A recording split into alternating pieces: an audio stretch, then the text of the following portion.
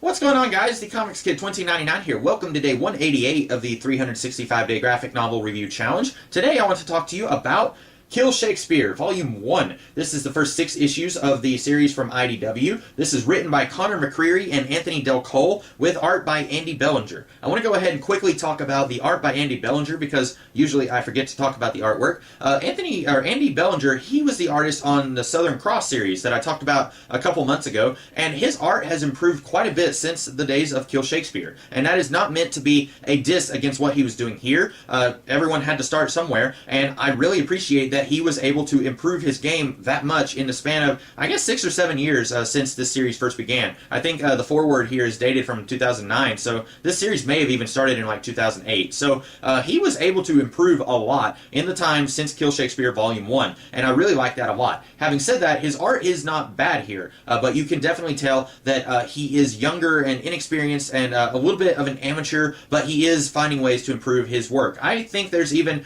some marked improvement in between issue 1 and issue 6 of this book, which is saying quite a bit because there's even less of a span of time in between those two issues. So I do like his art here, but I think that he is much improved as an artist since this book came out, and that's not something you would necessarily notice unless you were reading some of his later work. But I like the art here, and I like the story quite a bit here too. The premise here is that every Shakespeare story is all set in the same world, and we are focusing on Hamlet right after he was banished from Denmark, and he is shipwrecked, and then he meets Richard III. And Richard III is saying, "Hey, buddy, I know of you. You are the prophesied chosen one.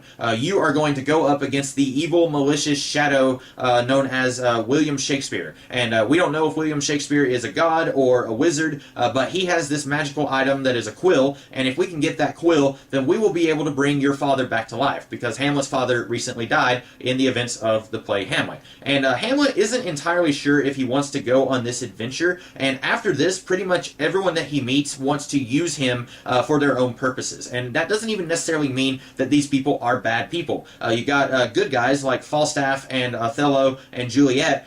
They are not bad guys, but they want to use this guy in their own purposes and their own agenda. But basically, Hamlet just wants everyone to leave him alone, and it takes him a while to kind of become the hero of this book. And he is the protagonist of this story, and so it's a little strange that it takes him that long to actually start becoming an active and proactive character, but once he does, you're like, yeah, and you're fist bumping, and you don't even realize that you're fist bumping. One thing that I did find interesting when I was reading this, at the beginning, I would say roughly in the first 2 issues, I found myself saying, okay, when are they going to introduce some other Shakespeare characters? Because in the first issue especially, it mostly is just characters from Hamlet, and I haven't read Hamlet, I haven't even seen Hamlet, so I didn't really know a whole lot about most of these characters. I just know the very basic gist of the plot, and even there I'm a little fuzzy. But then by the time I got about halfway through this book, I found myself saying, wow, they are really introducing a lot of these characters very fast, because by the end of this book, you have Juliet, you have Othello, you have Falstaff, you have Hamlet, you have Richard III, you have Lady Macbeth, you have Iago.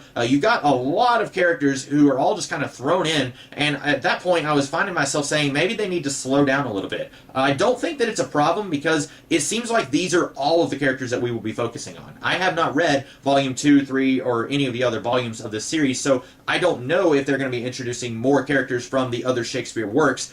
They do mention in passing characters like Titus Andronicus, but he's not shown in this story. But I don't think they're going to be bringing in like the Merchant of Venus or anything like that.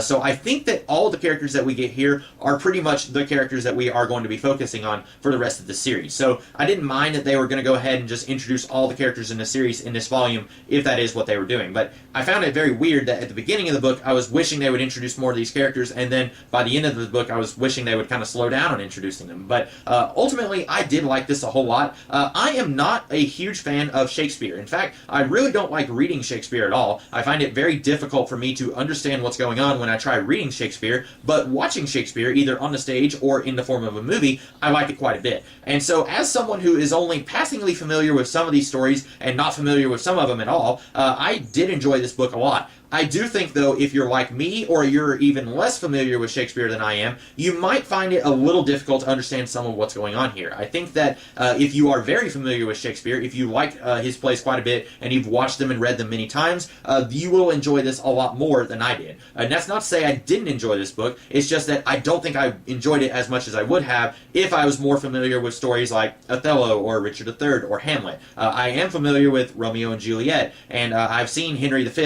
at least once, and I've read Macbeth like 3 times, so I am familiar with some of these stories that are referenced here, but not all of them. It's kind of sort of like The League of Extraordinary Gentlemen, except in that case, I found myself much more familiar with all the stories that were being referenced, at least in that first volume.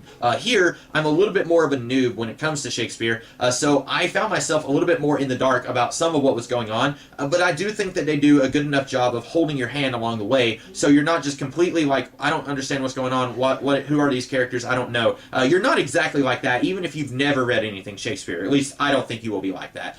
So even if you are just completely a rookie when it comes to Shakespeare, or if you're a veteran, I still think that everyone would enjoy Volume 1 of Kill Shakespeare. I am very much looking forward to reading the rest of the series. I was hooked, and I'm very much going to read the rest of the series. I hope you guys will as well. I hope that you guys liked this video, and if you did, be sure to like, share, comment, and subscribe, and I will be back tomorrow with a different video. In the meantime, you guys have a great rest of the day. Catch you later.